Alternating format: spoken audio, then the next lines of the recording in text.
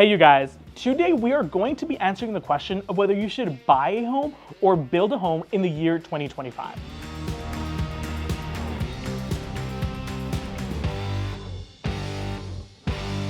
So we are going to be talking about a topic that some of you may be uncomfortable with, or some of you actually may want the answer to because you might be at that point in your life. Regardless, it's a conversation that I'm gonna need a beer for. So let's get today's beer. Today, as we talk about whether you should buy or build in 2025, I'm going to be enjoying a Karbach Brewing Company Hopadillo IPA. So, Can you hold it up to this camera? Okay, let's dive in. Should you buy or should you build in the year 2025? So, as of the filming of this video, it's the end of 2024. It's a little before the election. And there's a lot of things that are currently going on and that unfortunately have an effect on the real estate market. And the real estate market in general tends to dictate a lot of the overall economy of the United States, or I guess if you're the United States, the world. And so with so much variables and so much uncertainty from the high interest rates to who's gonna get elected and what decisions they're gonna make, a lot of people tend to get nervous. And for that reason, they tend to not make any changes in their life. And so what does that mean for you as a consumer?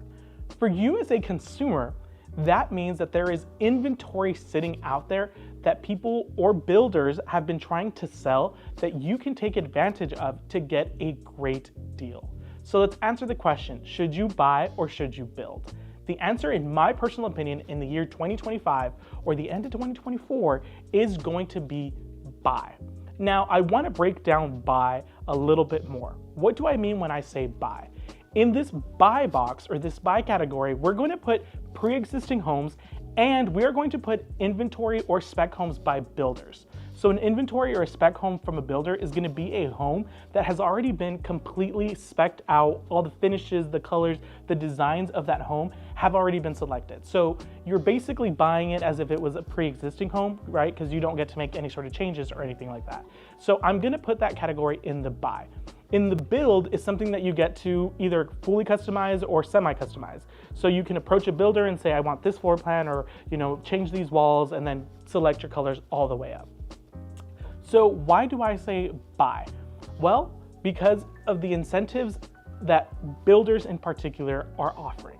So now let's take the buy and let's break that up into the two categories of buying a pre-existing home that again has existed and has been lived in, and buying a pre-existing home such as a spec or inventory home.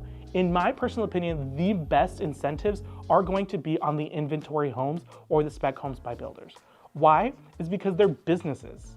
And at the end of the day, they need their bottom lines to meet that of either them paying their bills if they're a smaller builder, or that of their shareholders.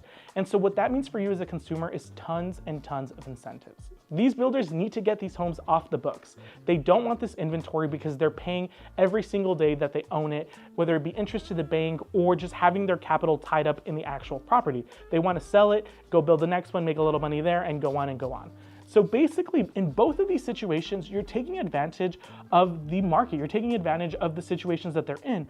What that means for, again, you as a consumer is you're able to come and say, hey, give me this much in closing costs. Or if it's a builder or whatever it is, it may be give me these upgrades or give me both. For you as a consumer, having that much cash up front, one, can help reduce your closing cost, your cash to close amount, whatever it may be that you need to pay on top of your down payment to be able to purchase that house. Or two, it can help you buy down your interest rate. So right now, again, affordability is something that a lot of people are worried about. Before and even during the pandemic, we saw interest rates that were, 2.6 to 3%, or even, kind of in that area. Right now, we're seeing well above, 5.5, some sevens, some high sevens. And so what that means for you as a consumer is when you were maybe able to purchase a $400,000 house, now you're somewhere closer to $300,000. So it's not necessarily that the house got cheaper, it just means that unfortunately, you can't afford that same house. Right now, we have two groups of sellers that are pretty much willing to pay to offset those payments for you. So really, you end up winning. So yes, in short, what should you be doing? If you are in the market to buy, or honestly, if you're not in the market to buy, you really should be in the market, because this is an opportunity that, at least for my generation, we will not see for a very long time, and hopefully, honestly, ever. Many people make this joke where it's like, oh, I should have been born in, 2006 or before '08, because that's when our parents and that generation ended up buying all these homes for cheap. I have a feeling that this is what's going on right now. This is the opportunity for my generation and for people who want to capitalize and invest in real estate to take advantage of some of the desperate situations that these sellers are in. And to be honest, I'm seeing a lot of investors doing it now.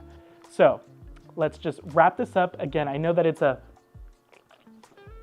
super fun conversation, but I just wanted to share that with you guys because here in Texas, we have a substantial amount of inventory that's created an awesome opportunity for first-time home buyers, for small investors, for people like you and me who want to get into the Texas market today and build generational wealth for years to come.